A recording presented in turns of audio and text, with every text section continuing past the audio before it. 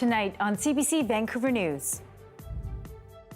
Growing fire risk. Our conditions are changing. They do have to be aware. They do have to be careful because it really doesn't take much to start a fire. Experts say the worst of the wildfire season is still ahead of us. Plus, pack your bags and wait.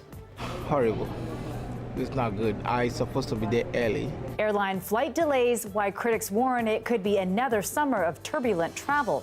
And it's like Twitter, but on Instagram. The actual experience once you're on it, I would say, is mixed. All about the latest, biggest social media network to launch, Threads.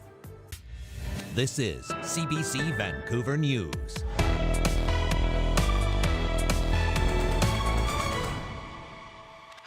Good evening. Thanks for joining us. I'm Lien Yeung. Anita is away tonight.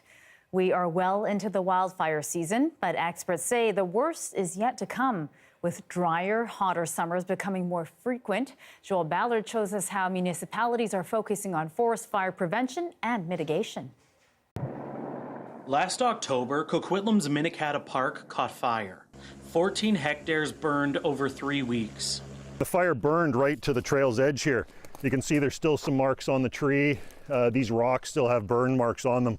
So the trail actually was an excellent fire break that was helping us contain it and fight it. Metro Vancouver manages more than 650 square kilometers of protected lands and parks. It has an overall wildfire prevention plan as well as individual response plans for each park. So at Metro Vancouver, we have 4 dedicated initial attack crews that are ready to respond to with any fires in the region. That includes some of our regional parks and, of course, our watersheds. Every park is also equipped with fire equipment and trained staff to respond to minor fires and keep them from growing. Prevention includes keeping park users in the know. We also do, manage public restrictions too. So staff put out signage that say, no campfires, no briquette barbecues, no smoking except in designated smoking areas, things like that. And then we patrol the trails and make sure people are educated. As BC continues to see hotter, drier, longer summers, preparing and preventing wildfires is a key priority, not just for Metro Vancouver, but municipalities too. Over the weekend, a wildfire broke out on Knox Mountain in Kelowna. I looked across the lake and I saw this big plume of smoke. 7 hectares were scorched, but luckily, the city had already focused on mitigation, clearing fire fuels. Without that work, Johnson says the fire could have been catastrophic. What would have happened is that fire would have ran along the tops of the trees. So no longer would be a ground fire. Our crews would be down below. The fire would be heading up into the subdivisions. In Vancouver, there's concern that the park board's plan to prevent wildfires in Stanley Park hasn't been updated in more than a decade. I just want to make sure that the park board has really evaluated the risk, assessed the risk correctly, and has taken every possible step for mitigation. Digby has submitted a motion to have the plan updated, set to be heard next Monday. Across BC, the majority of the province is at a fire danger rating of high or extreme. And officials say if you ignore the risk of wildfires, the cost can be high. Joel Ballard, CBC News, Coquitlam. And nationally, this year has already become this country's worst wildfire season on record. And officials are warning the fire risk remains high for the rest of the summer. Thousands of Canadians have been displaced as hundreds of fires continue to burn. As David Thurton tells us, for some, it's not their first wildfire evacuation. The fire crew was actually camped out in our yard. This is not Gail St. Dennis's first rodeo.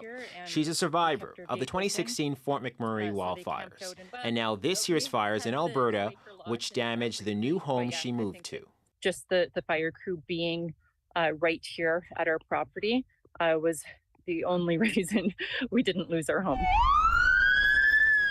Not in recent history has so much of Canada been on fire. We've had very serious fire seasons in the past, but this one, just by sheer volume, exceeds our historic experience.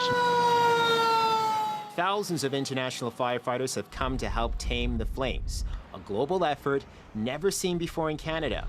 With close to 9 million hectares burned, 2023 has shattered records. The area burned in the country this year is quite literally off the charts. We have had to update the scale of the graphs that we use to show these data because the line has increased to a level that we have never seen before.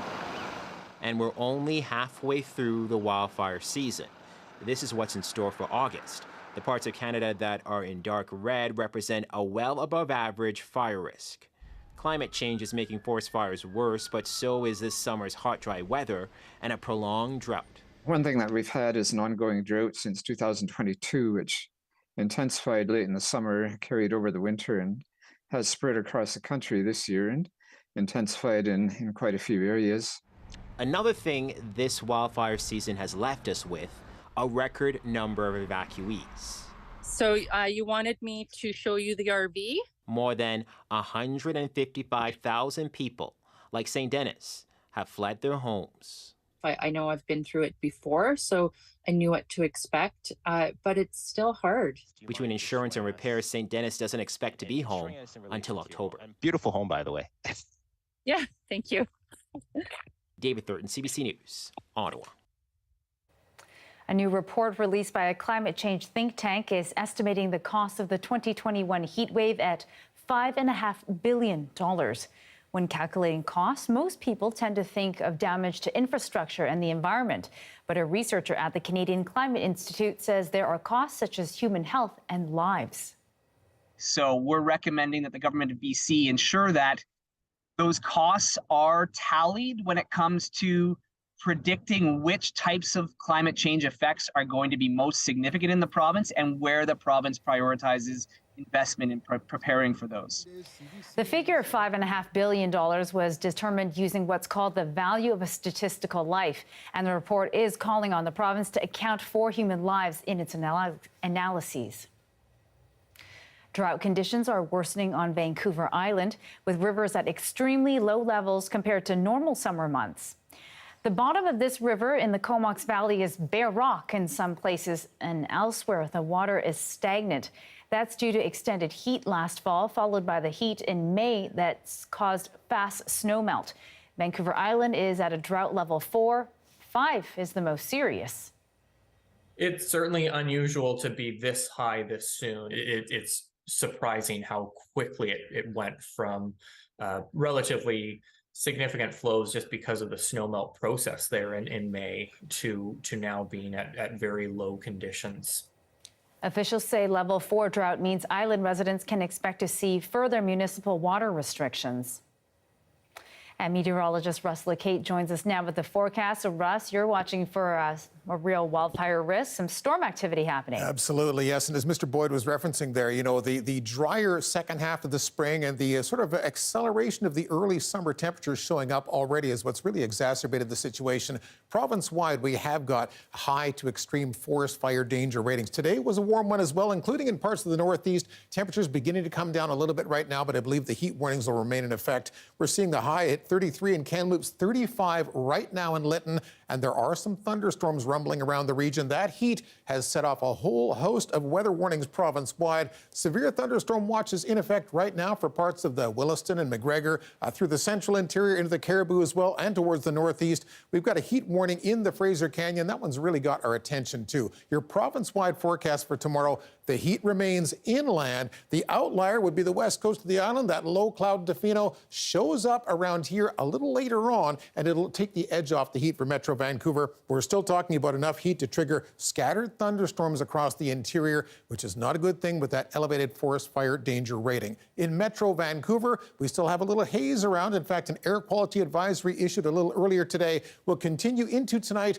I think things will improve tomorrow as the wind starts to blow a little bit. What we'll see is a freshening of the air in Metro Vancouver beginning tomorrow morning, whereas in the Fraser Valley, that air quality advisory might still be in effect until the end of the day. Okay, so we're hoping for some freshening soon for everybody across the region. Okay, thanks, Russ.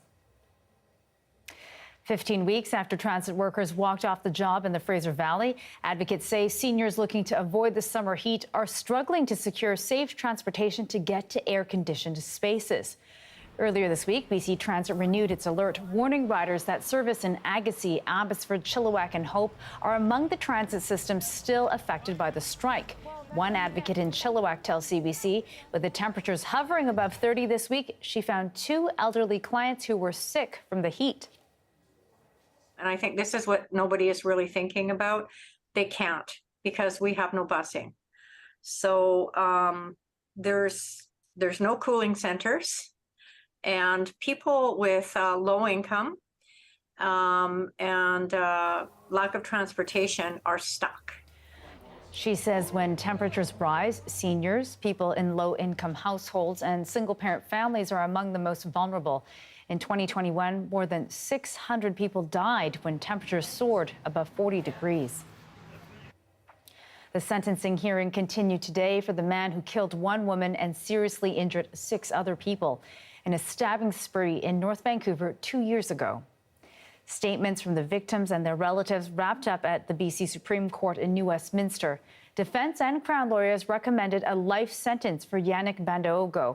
He's pleaded guilty to second-degree murder, attempted murder, and aggravated assault. The knife attack took place in March 2021 at the Lynn Valley Public Library. Well, right now he's listening very carefully, and he's listening to everything. So the state of mind is that it's a realization that he's entered his guilty plea, and he knows that he has to go through the sentencing process. So Bandaogo is scheduled to make a statement in court tomorrow morning. And it was a turbulent Canada Day weekend for some airline companies, with thousands of flights delayed or canceled across Canada. And there's signs that this might just be the start. Data from YVR shows roughly 64% of today's flights departed on time. And CBC's Mira Baines now with the problems facing passengers and why advocates say more oversight is needed. Cracks are starting to show again in Canada's air travel industry. Delays and cancellations have led to chaos in the past 2 weeks. The flight's supposed to leave by 11:10 a.m., but now it's been pushed to 2:10 p.m. So, and I'm still here. People expect things to be running on time because they're paying such a price for the tickets, but yeah, it's not.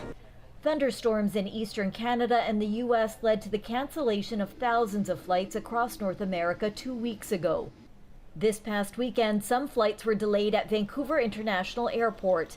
The airport authority says that was due to constraints at NAV Canada's Area Control Centre on July 3rd. When we see that from NAV Canada with the airspace, we need to work with our airline partners to make sure that schedules are adjusted appropriately. WestJet CEO, meanwhile, says his flight was delayed by 2.5 hours today coming into Vancouver due to NAV Canada understaffing. The pressure on airports isn't easing this coming weekend. This is just the beginning of the summer travel season. More than 70,000 travelers a day are expected to move through YVR, and there could be more delays on the horizon heading into August.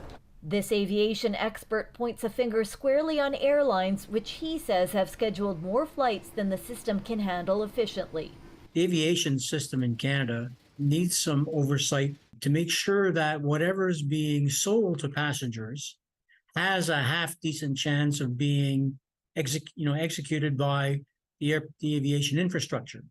About 2,000 Air Canada flights were delayed or cancelled on the Canada Day long weekend, Saturday through Monday, according to figures from tracking service FlightAware. Air Canada said in a statement that it's made extensive preparations for the summer and went on to say, "We are the largest foreign carrier to the U.S. by frequencies, so issues there affect us disproportionately versus other Canadian carriers, and this can have knock-on effects to our entire system."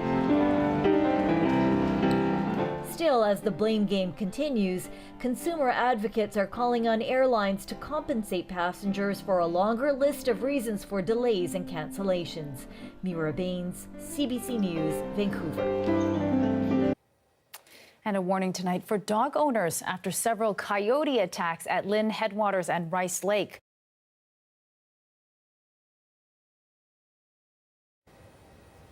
A North Vancouver man is grateful to have his 2 dogs home safe after a harrowing morning walk. Elliot Marsh says his bigger dog, Quinn, nearly escaped by an attack by at least 2 coyotes, but his smaller dog, Kaya, there wasn't so lucky. Yeah, I mean, they were hot on her tail. She had some blood on her left ear and around the scruff of her neck. And they certainly weren't, even though Quinn and I were there, weren't kind of ready to let go of kind of their prey. Marsh says he swung at the coyotes with a log to chase them away. Kaya needed a few stitches, but is otherwise unhurt. Metro Vancouver Regional District says the Lynn Headwaters Connector Trail is now an on-leash trail until further notice, and dogs are not allowed on the Rice Lake Loop at all. In Vancouver's Kitsilano neighborhood, a car-free pilot project is causing some confusion.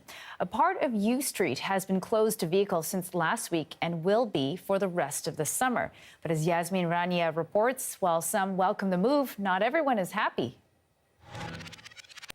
It's a 2-block stretch that overlooks Kitts Beach and Cornwall Avenue, and now it's closed to cars and open to pedestrians. A long time coming for some. Just makes it a nicer place to go and actually hang out and be. It's like more of a place for people. I think it's great for the summertime. A lot of cyclists come by and customers can now, walk on the road, and I think it brings in quite a few more customers. The pilot project will go on until the end of summer. Too long for some businesses who say the vehicle restrictions are disrupting their work. The city says deliveries and loading is permitted weekdays until 4 p.m. and weekends from midnight to 10 a.m. This flower shop owner says deliveries need to be made outside of those off-peak hours and says his business is hurting. Personally, I feel lots of pressure because for the past week, my sales dropped roughly 35% already. Another problem, confusion about where cars are supposed to go.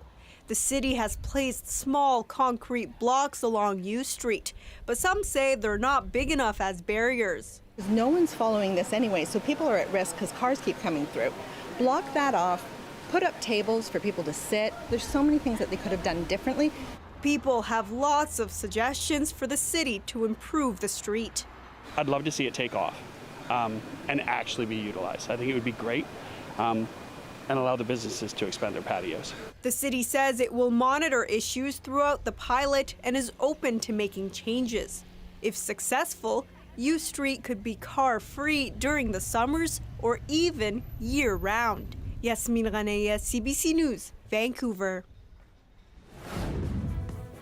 It's a standoff over online news. Two of Silicon Valley's biggest names threatening to block Canadian consumers from seeing news on their sites and platforms over Ottawa's new legislation. More on the showdown next.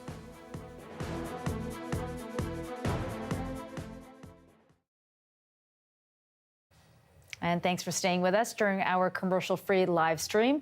In Manitoba, some residents are breathing a sigh of relief. 2 coyotes have now been shot in response to 2 separate attacks on children. But as CBC's Josh Crabb tells us, it will take time to determine if either of the 2 animals were even responsible for the attacks. A Manitoba conservation officer and a trapper pack up after a patrol for aggressive coyotes in North Kildonan. Neil Lishka has lived in the area 9 years. He's used to seeing and hearing the animals, but the attacks are something new. Mostly they just kind of walk by you or they're very skittish, and it's just unfortunate that these coyotes are causing a problem. Staff Sergeant Graham Smith with the Manitoba Conservation Officer Service confirmed Wednesday a second coyote has now been killed in response to 2 recent coyote attacks on children. The first one was shot on Monday by a conservation officer, and the second one was shot this morning by a conservation officer. Both children were treated and released from hospital. Smith says officers believe they've killed habituated coyotes, but it'll be a couple weeks before they know for certain if either one was responsible for the attacks. Our plan for those coyotes is to get DNA testing done on them and compare that with swabs that were taken from the wounds from the first attack and the clothing from the second attack. He says the carcasses are also being sent to the University of Manitoba. Necropsies will be conducted to look for disease, the physical condition of the animals, and what they've been eating. Smith says coyotes can become habituated if they're fed by humans intentionally or get into garbage or pet food. The situation has prompted Manitoba conservation officers and a trapper to maintain a presence in the area. These signs warn residents wild animal live trapping is still in progress. Officers are still on the lookout for other habituated coyotes. Area resident John Belang feels better knowing those animals have been killed, but he wishes it hadn't come to this. It is true. We're somehow taking their territory because we keep building houses, right? The neighborhood backs onto a bushy field, and conservation officers believe it's home to an active coyote den. Residents know they will continue seeing the animals. We used to have a lot of kids playing out here. As you can see right now, the street's pretty bare. Josh Crabb, CBC News, Winnipeg.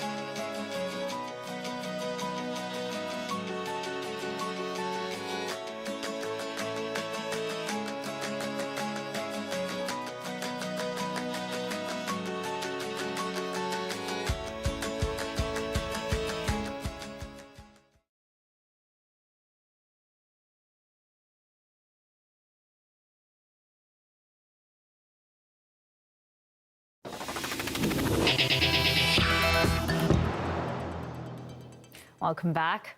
Taylor Swift fans are waiting to see if she'll respond to a tweet from the Prime Minister, gently nudging her to perform in Canada. He wrote, "I know places in Canada would love to have you. Don't make it another cruel summer. We hope to see you soon." Trudeau's tweet came after Swift announced 14 new stops to her world tour, but still nothing in Canada. Facebook's parent company has launched a new app to compete with Twitter called Threads. Meta says it has already amassed millions of new users in one day. As Thomas Degler reports, that may not be great news for rival social media owner Elon Musk, who already faces sharp criticism over unpopular changes he made after buying Twitter. It scrolls and reads and looks a lot like Twitter. From the owners of Facebook and Instagram, this new app may prove the Bluebirds' biggest threat yet. A company with deep pockets like Meta is able to fund that app for a longer period of time. They can stick around and wait to see the use we put it for, much more easily than a brand new startup. Meet Threads, already purportedly boasting tens of millions of users only 24 hours after parent company Meta launched the app with this promise. An open and friendly public space for conversations.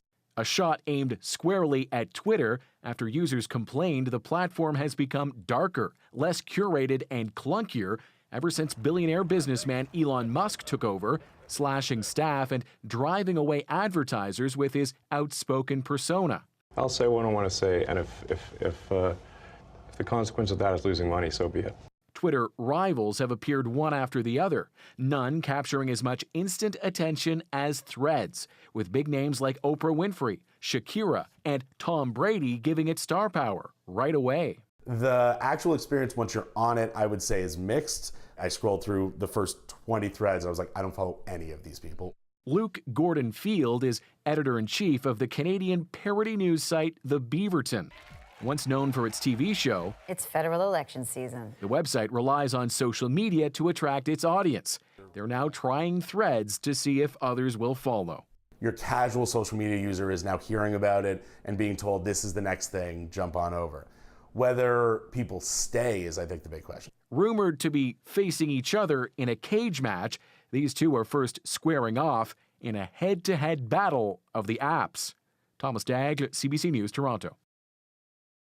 The launch of Meta's latest platform comes amid concerns that some Silicon Valley's companies will block Canadians from viewing Canadian news as retaliation to new legislation. The Online News Act, also known as Bill C-18, would force companies like Meta and Google to pay media companies for the content shared on their platforms.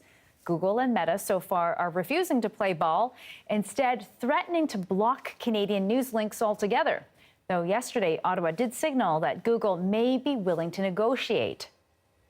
And for more on the tension between Ottawa and the Valley, let's bring in Peter Chow-White, who is a professor at SFU's School of Communication. So thanks for joining us live, first of all. Hi, Lien. Thanks for having me. So to start, why would companies like Meta and Google push back against this bill? Well, because what it signals to them is the end of their free lunch. They've been making money off of media content, people's content, and news content for many years, and they don't have to pay for it. They're some of the largest media companies in the world without making any media content whatsoever. And do you think the government has overplayed its hand here, stepping in a little bit too much, perhaps? It's interesting. I've heard this overplaying their hand a number of times, and I think the government is trying to protect one of our most important natural resources, which is news media. It's one of the most important parts of a democratic society is having an open and free news media that's accessible to the people that are part of that society. And so, what would happen then if Meta and Facebook decide that they're not game for this, and they decide, yeah, you're not allowed to post the links anymore? What happens from here then? Well, it would be unfortunate, that they would take their toys and go home, but, but on the other hand, it's also, they become a really important source point for a lot of people in terms of accessing news media, for better or for worse. What will change if they go and leave is that Canadians are going to have to go directly to cbc.ca or CTV or wherever it is to get the news directly from the source rather than from the convenience of their social media feeds. Right, we might hear a lot less of people saying, I get my news from Facebook, right? So exactly. What does it tell you that, Google, as we've heard, might be the only company willing to find a solution? Do you think there's a competitive advantage there, or what could be driving that? Well, I mean, we keep hearing about the federal government being heavy-handed, but they're a minor player in terms of the global information networks that are out there. So, Google coming back was, it was inevitable that there would be some change or some bending on their parts to be more workable. I mean, they're not asking for the world. They're not asking for hundreds of millions of trillions of dollars. They're just asking some fair compensation to help the news organizations, thrive in their own countries.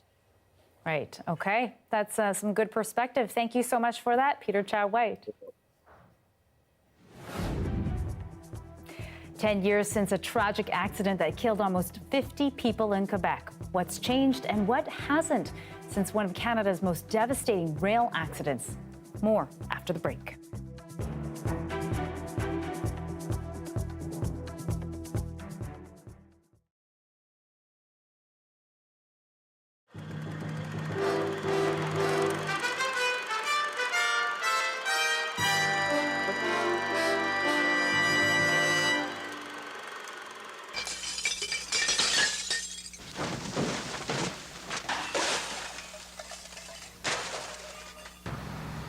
A sea of bottles, a mountain of newspapers.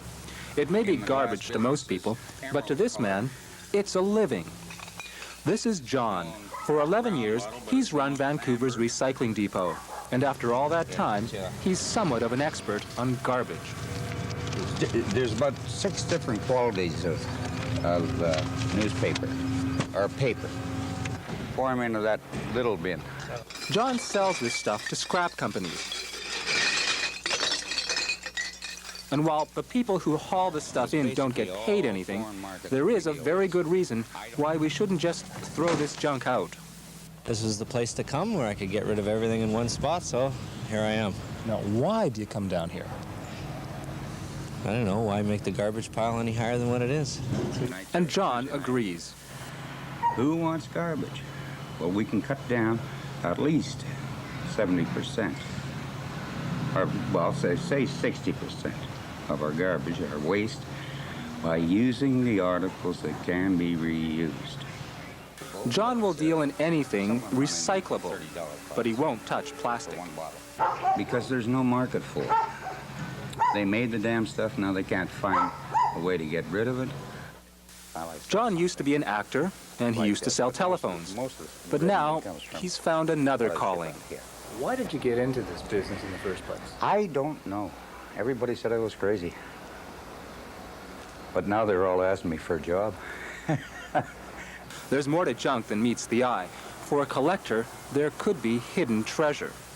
Those Wrigley signs were made before you were a child. They're a long time back. I seem to have a a taste for things that are kind of crazy, you know. And some people have a taste for stealing, even from a junkyard. They stole my truck. They've stolen a number of bottles. Every once in a while, I'll look around and something is gone.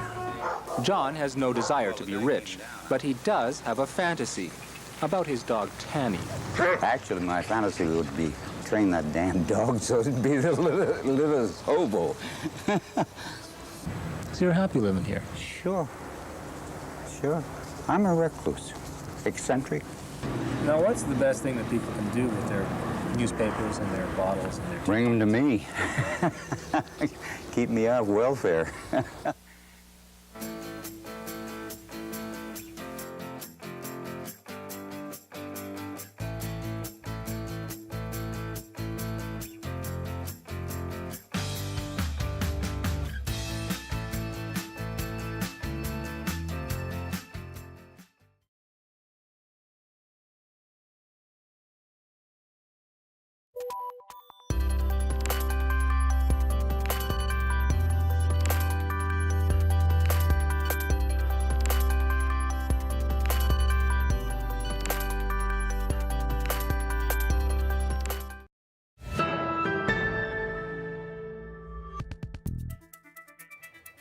A commemorative mass was held today in Lac-Mégantic, Quebec, just one of the events to mark the 10th anniversary of the rail disaster that killed 47 people.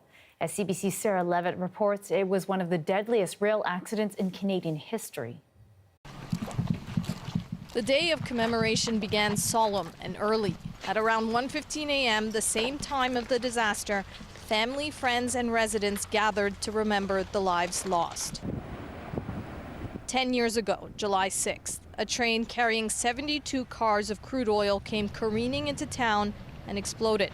It destroyed the downtown core. It would take days before authorities could confirm just how many lives had been lost. 47 in all. I miss many things. I miss her smile. I miss her hug. And it's still in my mind every day, you know. But we have to live one step at a time, one day at a time. Inside the town's church, a yearly tradition since the tragedy. And outside, the bells rang out. Over the years, the town has tried to rebuild, move forward. This is the heart of downtown, incinerated in the tragedy, just now starting to come back to life. This is also a memorial park. Silhouettes shaped as stars represent the victims. But moving forward hasn't been easy, especially when the very thing that caused such horror continues to run through the town. Every year since the tragedy, no trains pass on the anniversary, but every other day they do. There are plans to move the tracks to bypass the downtown core, but for some, more needs to be done over the safety of Canada's railways. My first reaction was, well, this should change everything. And I can tell you now, after 10 years, it changed nothing. Something like this could happen again? Absolutely. If a track runs through your town or past your house, I would be concerned. Both the federal government and the railway companies say things have improved in terms of safety, but the people here say not enough.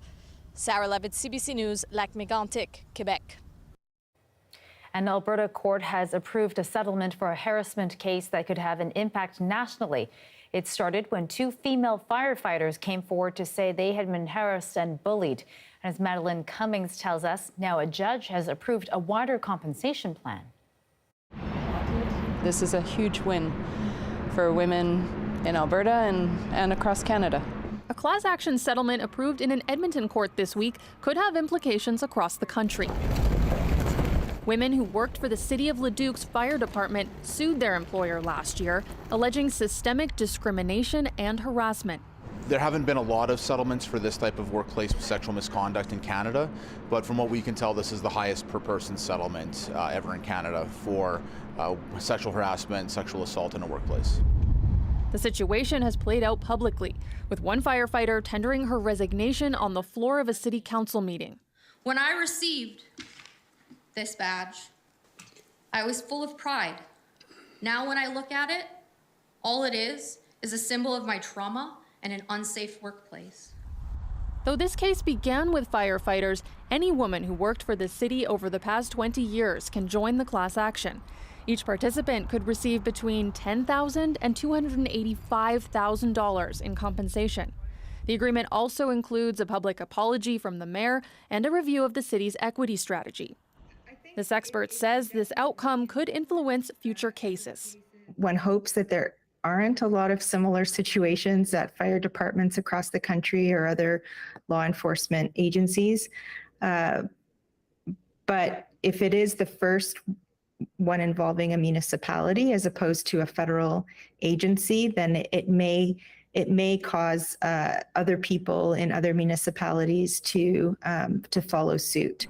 So this might empower women to start coming forward and might empower them to be a little more brave, right? Women have about a year to join the class action, and the process will be confidential. The city of Leduc says the settlement is a step towards accountability and healing. It says it's committed to learning from the past to prevent sexual misconduct from happening in the future. Madeline Cummings, CBC News, Edmonton.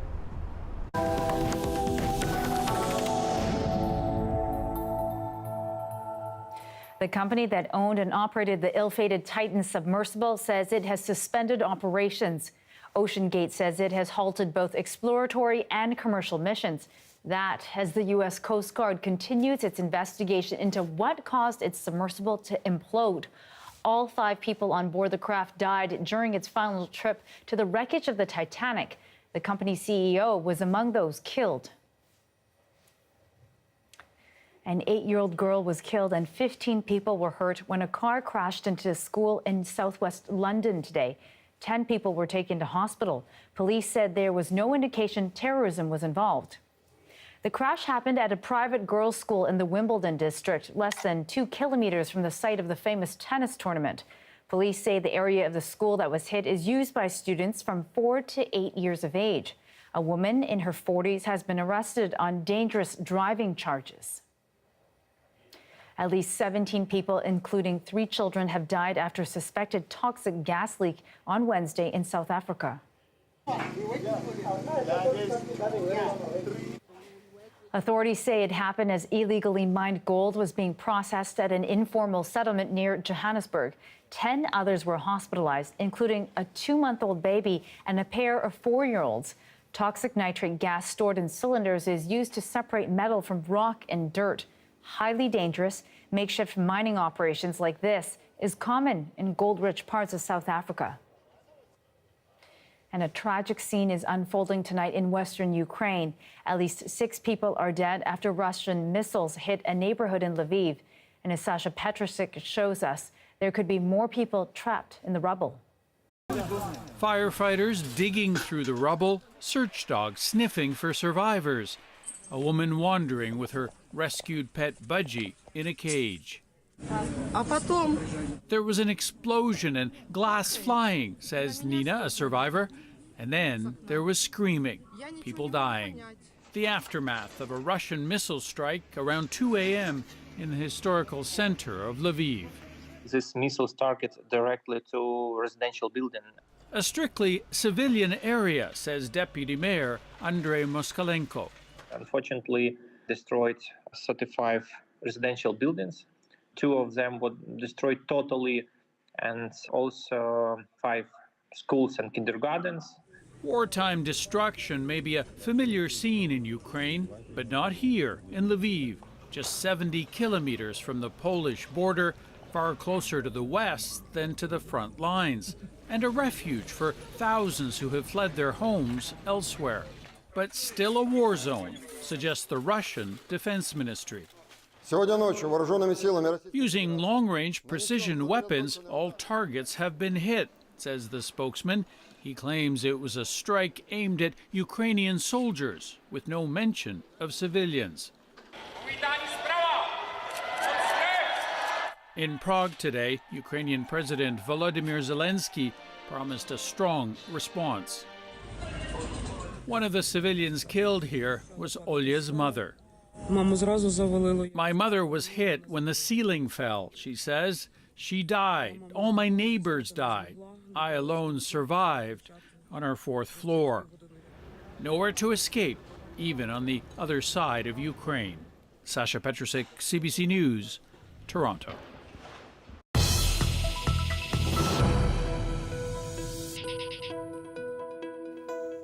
There's new messaging about the body mass index. It's been the standard measurement for health for decades.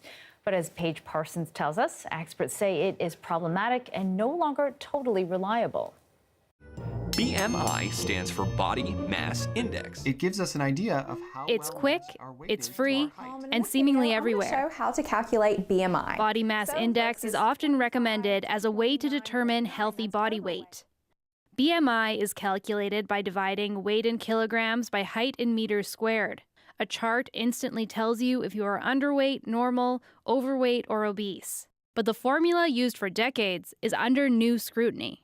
Recently, the American Medical Association warned that BMI is imperfect and can be misleading as a measure of health. The association also says there are issues with using BMI because of its historical harm and its use for racist exclusion. It was developed using metrics based on a primarily white population. Despite living an active lifestyle, Vishal Gentle is still overweight by BMI standards. I don't feel like I'm overweight. As long as I'm able to feel good and carry on my day-to-day, I have no issues. Gentle's family doctor told him not to worry so much about weight. She prefers to use waist circumference as a measurement. BMI is something that's highly variable depending on the race. There are races which are shorter, there are races which are taller. And if you're trying to put everything in the simple box, height and weight, this is where it fails. With this tape measure, some Canadian practitioners hope health authorities here will follow the AMA's lead and stop relying on the BMI. Health Canada acknowledges it's not a perfect measure, but it still has a BMI calculator on its website. It is a good time for healthcare practitioners to start measuring the waist circumference and use that together with body weight. The concern is that by itself, the BMI can mislead people about what they need to change, if anything. Instead, experts recommend focusing on your overall lifestyle, your fitness level, and other health conditions. Paige Parsons, CBC News, Edmonton. When a pair of bears decided to make use of the family trampoline, a CBC reporter used her mom voice to end their fun. We speak to Sarah Galashan about her verbal bear battle next.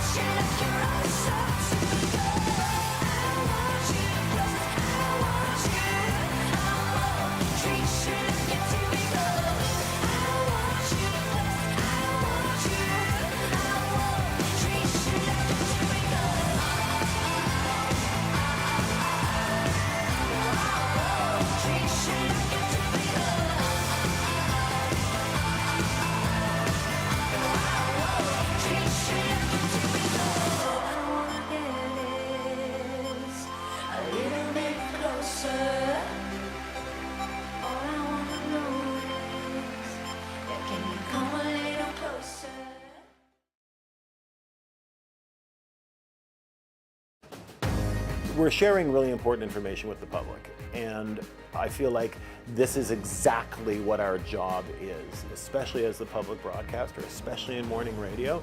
That's incredibly important.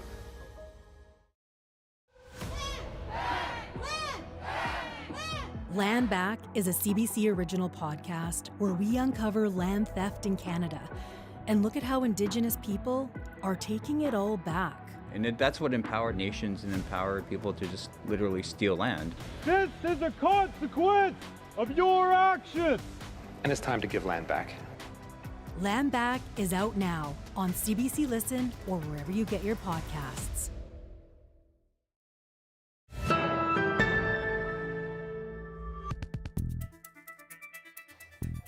Now, we all know here in BC, we often get up close and personal with wildlife, but our very own Sarah Galashan had a bit of a battle with a pair of bears.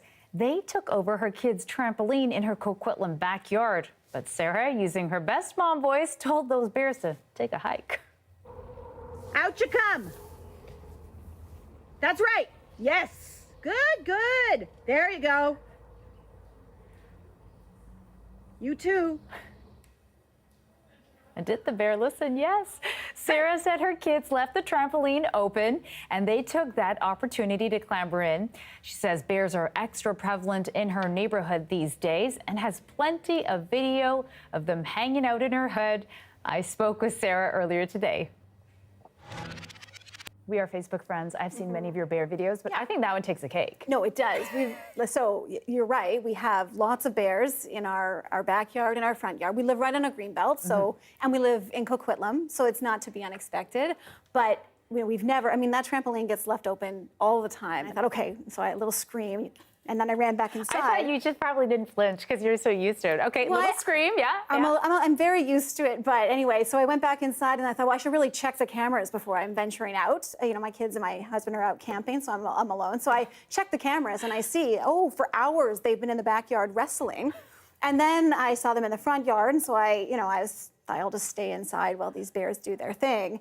And I yelled at them to go away. And then the next thing I know, I go into my kitchen and I look over because you can sort of see the kid and I'm like, what's going on the trampoline there? Out you come. That's right. Yes. Good, good. There you go. You too. It's embarrassing, that video, because I couldn't stop myself. I have 2 young kids, a 4-year-old and an 8-year-old, so I'm like well-versed in like trying to make stuff happen. And they listen. I know. That's just the kind of mom I am, Leanne. Can you come and help with my kid, please?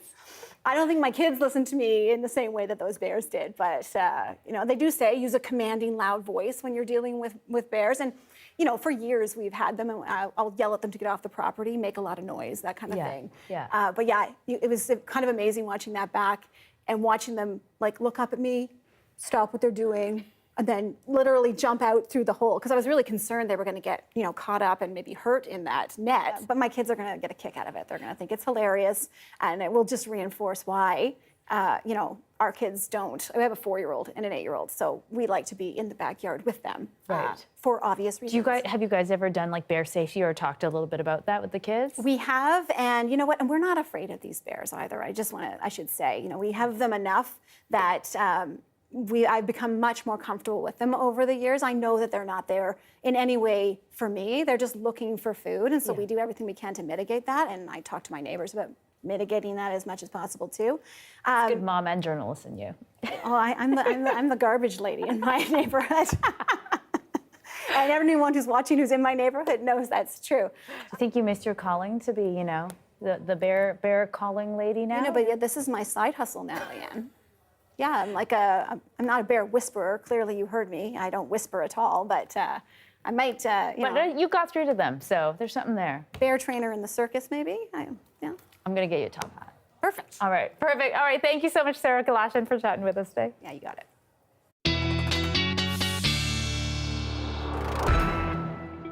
Oh, that was fun talking to Sarah. Okay, I've only ever seen a bear up close like once. Russ, have you had any? I have. I also want to say, by the way, that like to think of myself as a pretty chill guy, but I heard, Sarah's mom voice, and I snapped too. So no wonder those bears got moving, How can you not? right? You know, she's got a good mama bear voice going. I worked up in Haida Gwaii years ago, actually at a lighthouse, and on a day off, had a long journey, took a Zodiac in through the islands and dragged that thing in through the shallows into the beaches, and I was miles from civilization and had a real close encounter with a black bear, and I'll admit that I was terrified. You know what? I think, You think, they're so cute, and then you see them in person, you're like, oh, you're much bigger than I thought you would be. There were no cell phone towers or anything like that where I was at that time. But you needed your mama bear voice. I sure did, yeah, and I've learned now from Sarah, so I'll be ready for the next close encounter. Thank you so much for that, Leanne. Okay, your weather forecast today.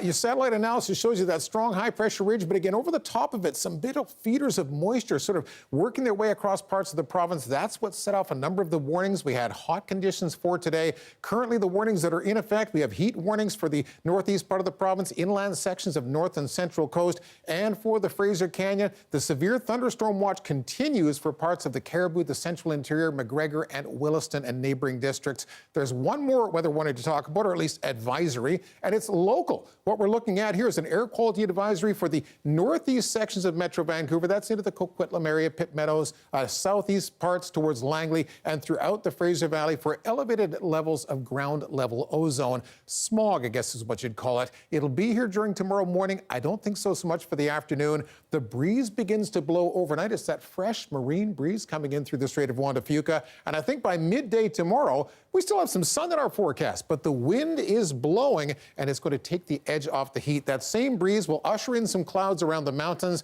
I don't have any showers in the Metro Vancouver forecast, but look at that graphic. They're pretty close. I think they show up in the neighboring mountains. We may see something sort of leaking down from the mountains and showing up in parts of your Metro Vancouver forecast Friday afternoon, Friday evening. Aside from that, nothing significant. The sun's still in your forecast, minus the sizzle. Temperatures in the low to mid 20s for a few in a row. Early next week, considerably more cloud cover for Tuesday into Wednesday. Maybe a small chance of showers. Next time I feel some rain, I'm like, what is this leaking from the sky? What is that leaking? What is it'll be quite strange, won't it? All right, thank you so much, Ron. You're welcome.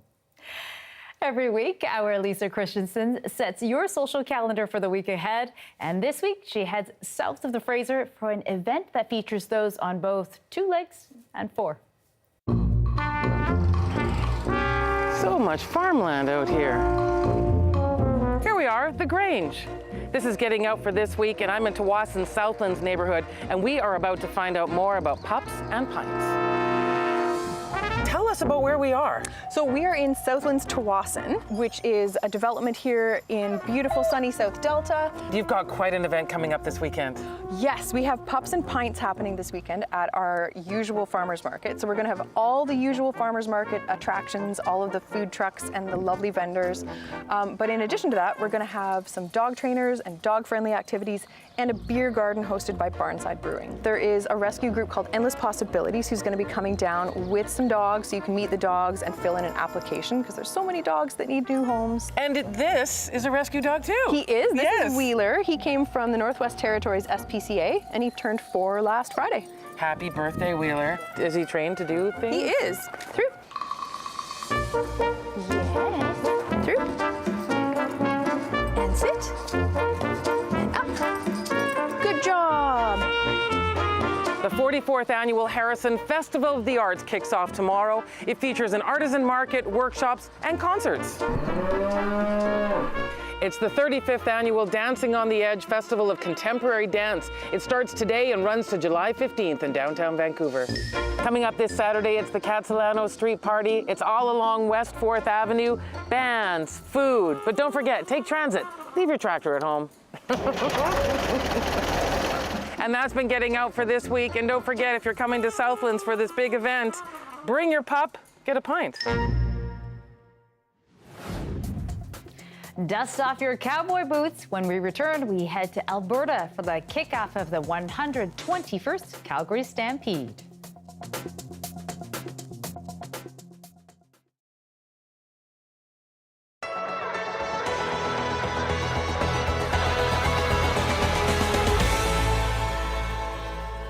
But that's far, and transportation is really hard here. Sumina Sunar is going to take computer science at UPEI. But these days, she's studying apartment ads. She's staying with a friend for now, but needs to find a place for September. Like, it's really hard. The place is really small and lots of students are coming now here, so the housing is really a big problem here. I'm still looking for a place to rent.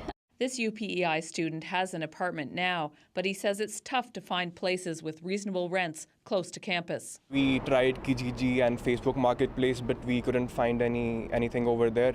So it was just word of mouth. You just had to approach people. PEI doesn't have enough housing to meet demand. The vacancy rate is low, PEI's population is growing, and there's a lack of construction workers to build more housing. UPEI and Holland College are hearing from lots of students who need a place to live. The new residence building at UPEI will provide more rooms. The university now has a total of 810 spots. In an email, UPEI said it is still working through requests from students, and it will have a more definitive picture of the situation in mid-August. Holland College says all its residence rooms are now claimed, and there are about 150 people on a wait list. I mean, if they can't find a place to live, then that impacts our ability to hold that enrollment at its full capacity. Yeah. If they're particularly from outside the province, whether it be domestic or international, that can be a significant barrier. Holland College is currently looking to see if it can somehow create more housing for students, whether that means more buildings or using local hotels. But nothing is definite yet. So we still have a volume of students that are looking for accommodations. We hope that they make more buildings and more apartments for us. The province and municipalities are working on housing strategies, but students only have a couple of months before the school year starts. Laura Meter, CBC News, Charlottetown.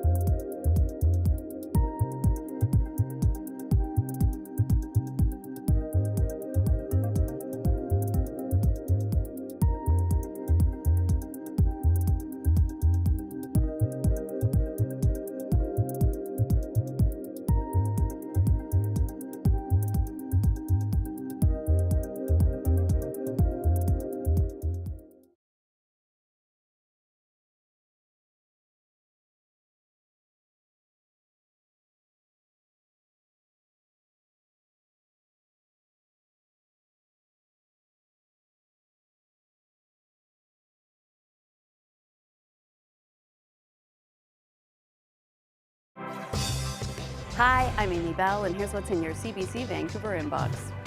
The 15th annual Latin-Couver Festival continues to July 20th, and CBC Vancouver is proud to be the exclusive media partner. Enjoy a series of sensational Latin American experiences and the popular Carnaval del Sol Festival. And the Herb Original is a new CBC British Columbia podcast. Stream it today on CBC Listen or wherever you get your podcasts.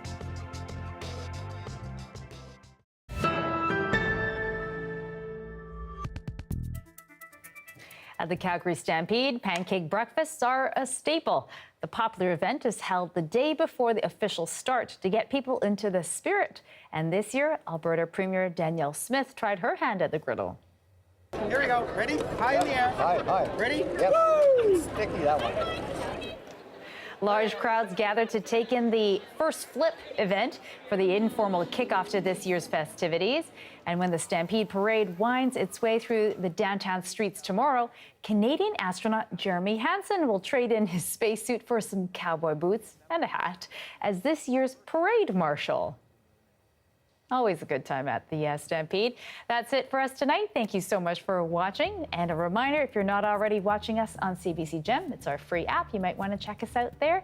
And I will be back tomorrow. Janelle Hamilton is in this evening. Have a good night.